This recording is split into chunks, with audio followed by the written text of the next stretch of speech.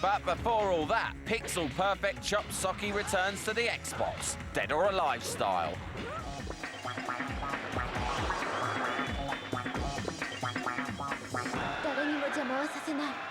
Get ready! Fight! With its trademark scantily clad ladies, the Dead or Alive series really put the jiggle into fighting games. Purists might argue that the Virtua Fighter games have offered more refined fighting engines, but who cares? Most gamers tend to be hypnotised by all the digitised flesh on display. Now Tecmo have unleashed Dead or Alive Ultimate, an appropriate title because this Xbox package features the original Sega Saturn scrapper and a tuned-up version of the PlayStation 2's Dead or Alive 2. Both have the enormous added benefit of live online matches. Although it's a pixel-perfect port, the first game is definitely showing its age. It's nice to have as a reminder of old-school 3D fighting games, but most gamers will be cracking their knuckles and heading straight for DOA 2's destructible environments and stuntman-style falls. The perfectly smooth animation provided by the DOA Beach Volleyball engine proves that developers Team Ninja's frolic in the sand wasn't just gratuitous titillation after all. Fighting environments have been dramatically renovated, and new areas like the Safari stage are literally teeming with life. With Xbox Live, a new world of competition has been opened. There's a comprehensive range of modes, and 8 players can join a match at once, politely queuing up for a kick-in. While you wait your turn, you can play spectator to the match in progress.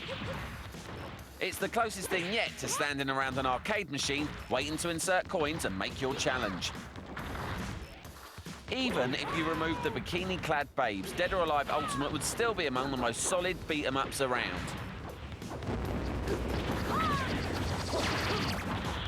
Ultimately, this edition's online play delivers the real knockout blow.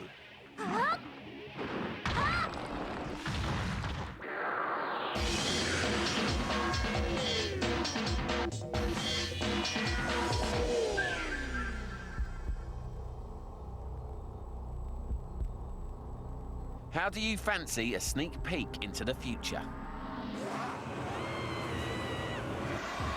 For a look at a title Blitz Games are working on, which is due to appear on the Xbox 2 and the PlayStation 3.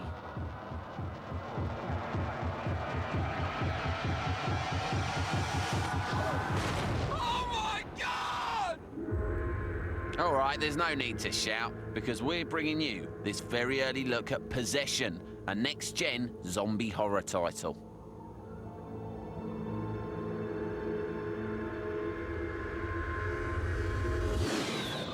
Designing a game for a console that hasn't actually appeared in the marketplace, or we don't even have the dev kits, is a challenge in itself. What we were looking for with Possession was to come up with a game that required an awful lot of technology, and we were trying to predict where the technology would actually be. And in the first stages, that's actually all design. It's a story of rage and vengeance. It's about a character called the Enslaver who finds that he's been experimented upon by this unscrupulous corporation who literally owns the city in which it's set. And so he goes out with his horde of zombies and uses them to bring the city and the corporation to its knees and to destroy everything he comes across. Attack. Despite using current technology, Blitz have managed to simulate the power of the next-gen consoles with off-the-shelf kit.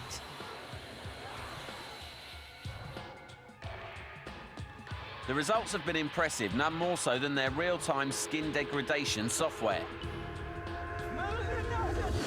Something we've spent a lot of time with is actually coming up with a system where we can have our characters with their actual skin surface there, but then further from that we can also then change them so that they have the whole gore map underneath. But what we can now do actually in the game time is then we can blast holes onto essentially this texture here, and that texture will then show the flesh underneath. And of course this kind of fine detail already on itself is not particularly possible in the current generation of hardware, but now we're looking with a game like Possession where you have a horde where you're talking hundreds and hundreds of characters, and we can have this kind of detail on every single one of those characters. So you can have the camera high up, far away, and yet you can zoom in incredibly close and still see all this lovely grisly detail.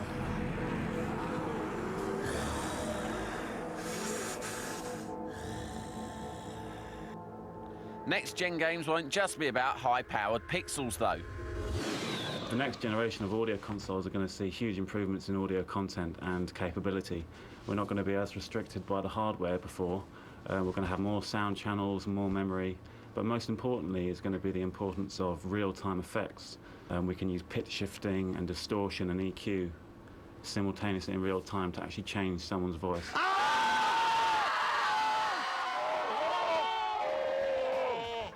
When we actually create the sounds for this sort of game, we borrow from the film industry in using Foley, which involves grabbing any kind of prop to hand, and in horror it can often be great fun. We'll have melons for squishing noises, planks of wood to smash up for impact sounds, and obviously people screaming and groaning and growling for the zombies. Get these freaks away from me! It's unlikely this game will be unleashed before 2007, so Blitz will have plenty of time to get to grips with the new technology at their disposal.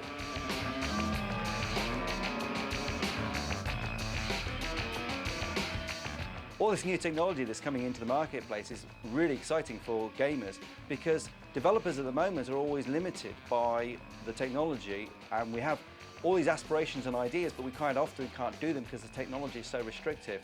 But as we go forward, it's not going to be the technology that's restrictive. We can do whatever we can imagine.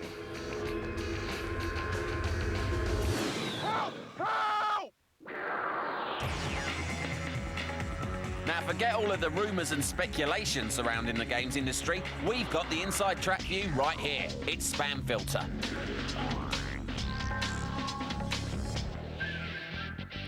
Gravel-voiced action star and games aficionado Vin Diesel has teamed up with usual suspects and X-Men movie director Bryan Singer. Singer will direct a new game called Secret Service for Diesel's games outfit Tygon Studios.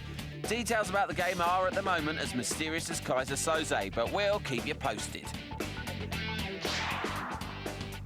Midway Games, famed for its bloodthirsty Mortal Kombat and Area 51 games, are set to make a foray into PC and next-gen console gaming with the help of Epic's Unreal 3 engine. They won't just be using the engine to produce first-person shooters either. Midway sources claim to be utilising the technology across a variety of genres. Early fruits of their labours will be on show at LA's E3 game show in May. It's been a bumper couple of months for Gordon Freeman and his creators at Valve Software. Half-Life 2 has racked up 1.7 million sales, and the Academy of Interactive Arts and Sciences has crowned Half-Life 2 its Game of the Year at its 8th Annual Interactive Awards in Las Vegas. So, a big pile of cash in the bank and some new silverware for Valve's mantelpiece. The late, great Marlon Brando will return to one of his most famous roles, Vito Corleone, in the Godfather video game. Electronic Arts acquired Brando's image rights before his demise. Now he'll play a major part in the game, which is rumoured to be reminiscent of the Grand Theft Auto series.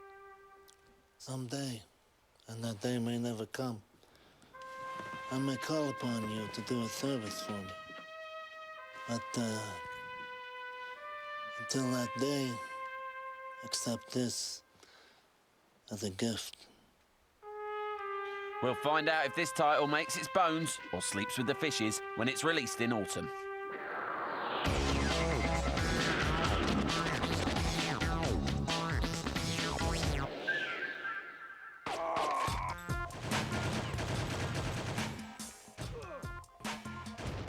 The name of the man behind these deadly hands is one Cole Justice. What were his parents thinking? This guy truly has the daftest character name we've heard in ages.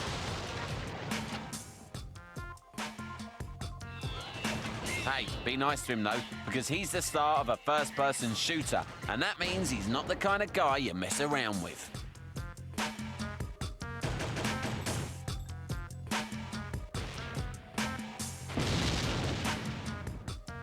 In the forthcoming title, Conspiracy, Weapons of Mass Destruction, he'll be battling evil terrorists as they embark on the usual terrorist travelogue around leafy groves, Arctic wastelands, and claustrophobic secret labs.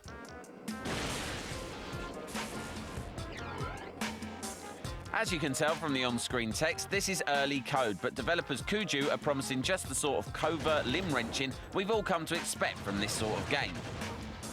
The grenades, in particular, are looking entertainingly gruesome, and the game's total body count will more than likely resemble the A to M section of your phone book.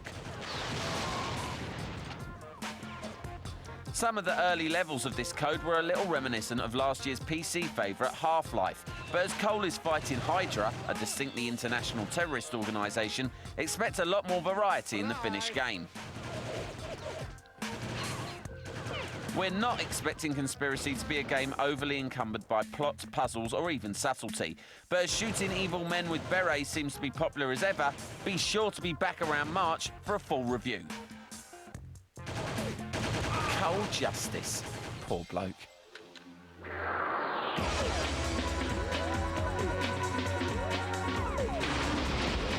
Still to come, the Freedom Force indulging comic strip capers. Video game soundtracks grow up. And we're sneaking and shooting in Project Snowblind. Don't go anywhere. See you in 3.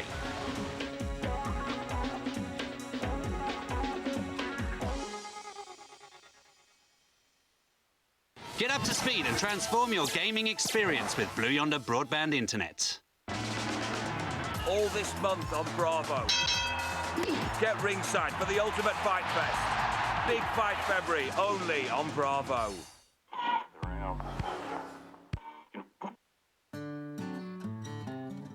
Bupa's here to help you feel better.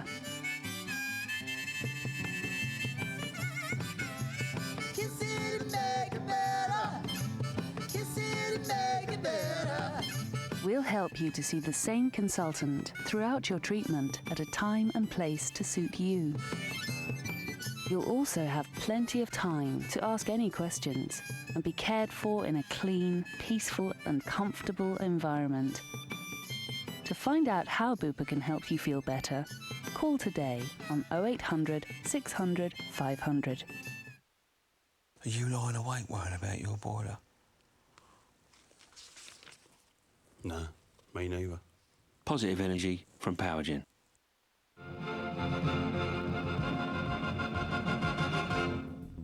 Do your DIY projects look like you did them yourself? For a job that looks great, get it Laser Straight. Laser Straight takes DIY projects to a whole new level.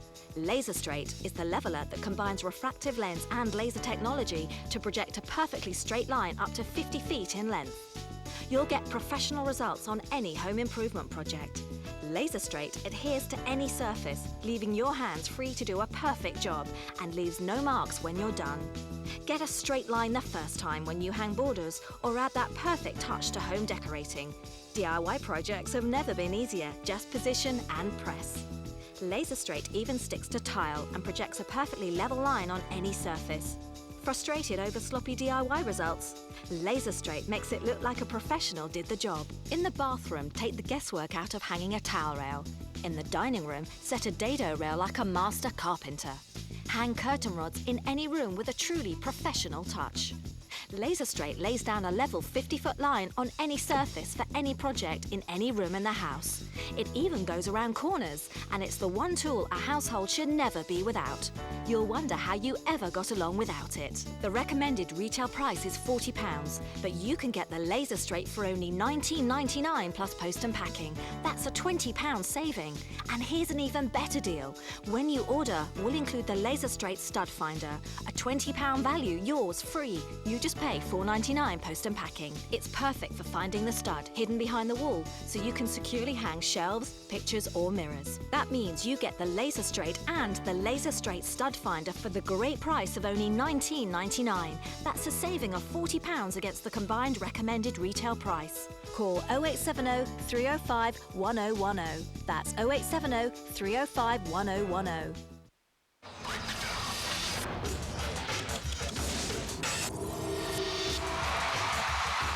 The new fragrance for men from Lacoste.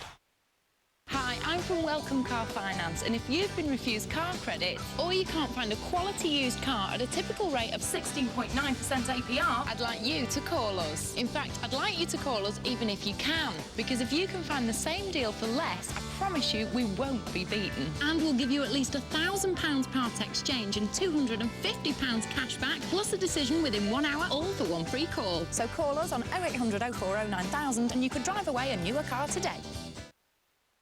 much did you save again with this direct line car insurance? 30%. That's quite a lot. Call Direct Line today and see how much you could save too. So you've got a bit more spare cash than you had before then? Loaded. We'll stop here and you can buy me lunch. Absolutely. Switch now and you could save yourself up to 30%. Well, look after the pennies. Buy online and save an extra 10%.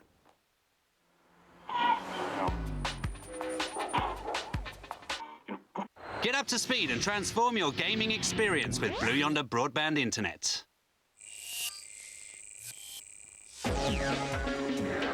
Welcome back to Gamer TV. We were surprised to discover the next review wasn't for an Arctic Explorer sim. It's Project Snowblind.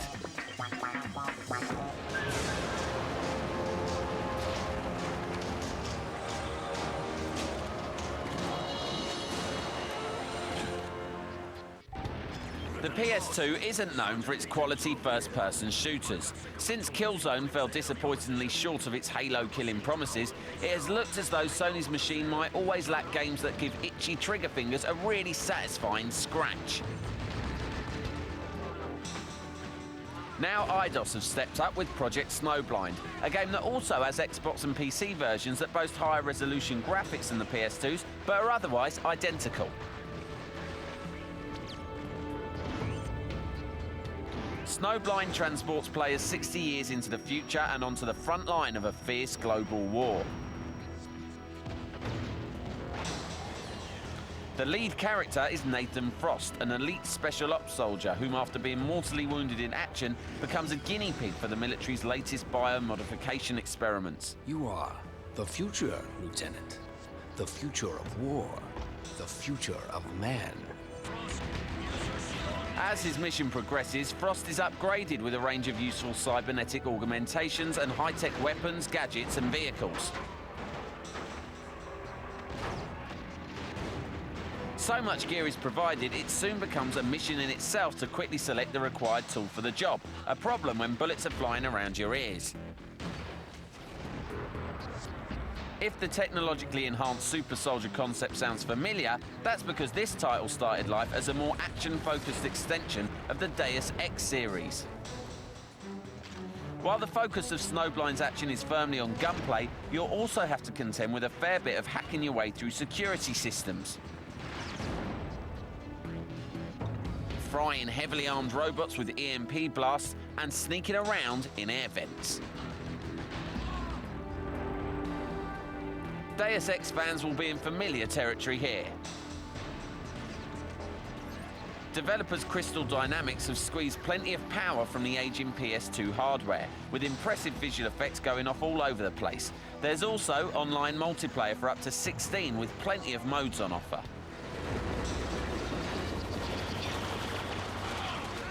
Project Snowblind isn't quite as blinding as some of the Xbox's FPS offerings, but this game is more than capable of keeping PS2 marksmen happy.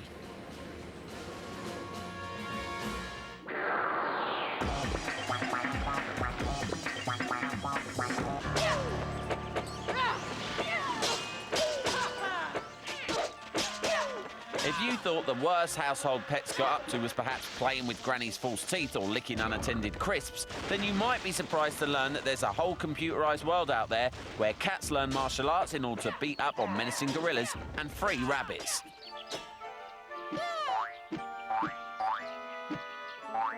Thanks for saving me, kid! Joe Wood's Legend of K is just such a world, and as good-looking as the game may be, it's clear from the outset that the emphasis here is very much on the fine art of combat.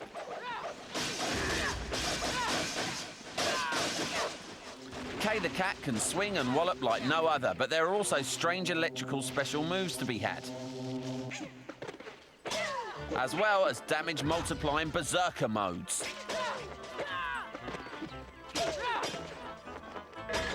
Combos too have a novel twist. They act as a sort of combat magnet, with each successive hit giving you the ability to move to a new location, or to snap directly onto the next target. It's a neat, satisfying trick. There's plenty of variety here too, although early missions are less than epic. Could you please help me? I must have lost 3 pumpkins in front of the town gate. You soon move on to the far more thrilling boar races and eventually off to desert islands, mountain showdowns, or just generally bombing the catnip out of everything. If a furry Tekken-come 3D platformer sounds like a pleasant afternoon in, Legend of K is ideal for younger gamers, cataphiles, and all fans of the animated show Grudge Match. Looks like what they say about curiosity is true.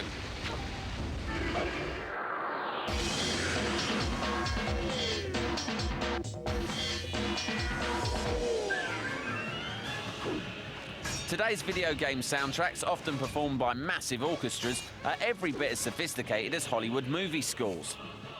But back in the day, in-game music was a simpler affair. It first appeared in 1978 in one of the most famous video games of all time, Space Invaders. The Space Invaders soundtrack was the game equivalent of Jaws. Primal, ominous, scary. You had this emotional thump, thump, thump noise coming from the speaker, which made your heart rate speed up, and you sort of got drawn into it. In fact, I remember finding myself sweating. Yeah, sort of thinking, oh, I'm going to die, you know. We decided to use a low, deep sound that sounds like human footsteps or a beating heart. At the time, sound technology wasn't like it is today, and we just created a kind of zun-zun noise. But I think we did very well for the technology available at the time. Space Invaders kick-started the golden age of iconic arcade games. Most of these came with incredibly catchy 5-second tunes. Beeps and boops, you know, it's like you played Asteroids or Donkey Kong or, you know, or Pac-Man and all that stuff. I mean, of course, we all know it, you know, we all know that music, the Donkey Kong music, the Mario music, you know, stuff like that. We all know it. So it's kind of part of the cultural lexicon at the moment, but which I think is awesome.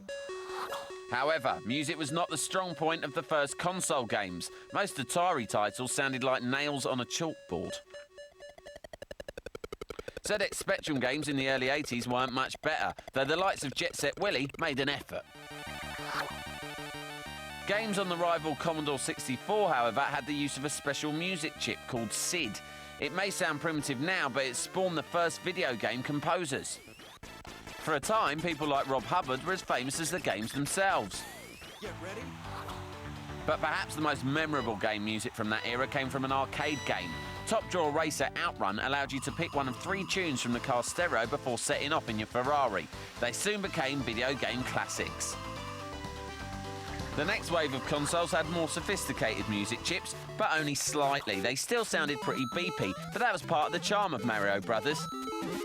Designer Shigeru Miyamoto allegedly composed the theme overnight. It became one of the defining game tunes of the era, alongside this one. The addictive gameplay of Tetris was matched by an equally addictive tune. The Tetris and Mario themes were also made into records, but the less said about those, the better. But the biggest revolution in game music came with the advent of CD-based consoles like the PlayStation. CDs had much more storage space, so games like the Wipeout series could actually include music from real bands. This didn't kill off the video game composer, however. One of the most famous ever game composers grew to prominence during this time.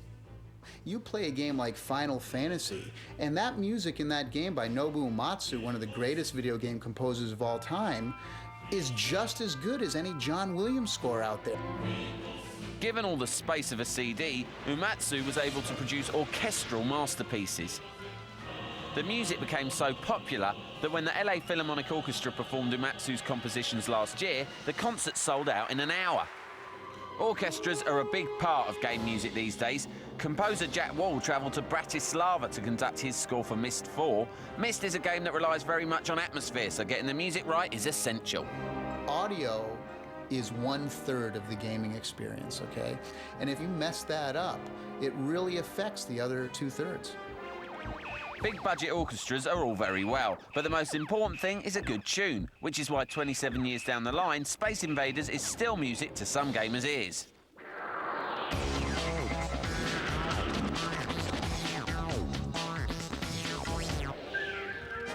Is it a bird? Is it a plane? Actually, it's neither. Oh no! It's time to squeeze into a spandex outfit and examine Digital Jester's forthcoming follow-up to PC superhero-themed tactical role-playing jaunt, Freedom Force. Saddle up, Freedom Force! We're heading to Cuba! Developers Irrational Games, Defenders of Liberty, are coming back to save us from evildoers in Freedom Force versus the Third Reich. This time you'll be up against Blitzkrieg and his homicidal henchmen in a time-travelling race to stop him changing the course of World War II in the Nazis' favour.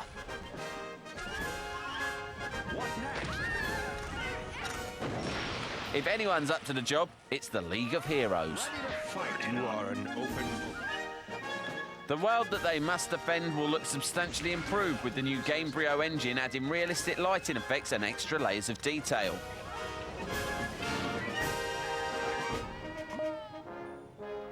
By the goddess! Your superheroes here will be inspired by the golden age of comic books before they became more serious and demanded to be called graphic novels. My mind shields my body. I am ready to serve. Many old favourites will return, so rest assured that Man-Bot will be back to swat enemies with whatever comes to hand. And El Diablo will toast evildoers with his flaming powers. New heroes will also be signing up for the Force. Look out for Sky King, an ex-B movie actor who's modified an old costume to become a fully functional suit of powered armour. You'll even be treated to their insightful background stories presented in classic comic book fashion. Speeds away from the home planet, through the dimensional gate. Hot on its heels is a fleet of the domain starships, firing all the while. We'll be scanning Freedom Force versus the Third Reich with our X-ray review vision in April.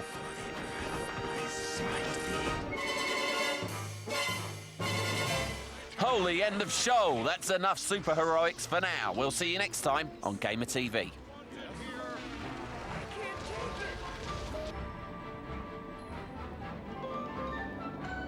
What is this? Summoned from my slumber in the time stream? By you?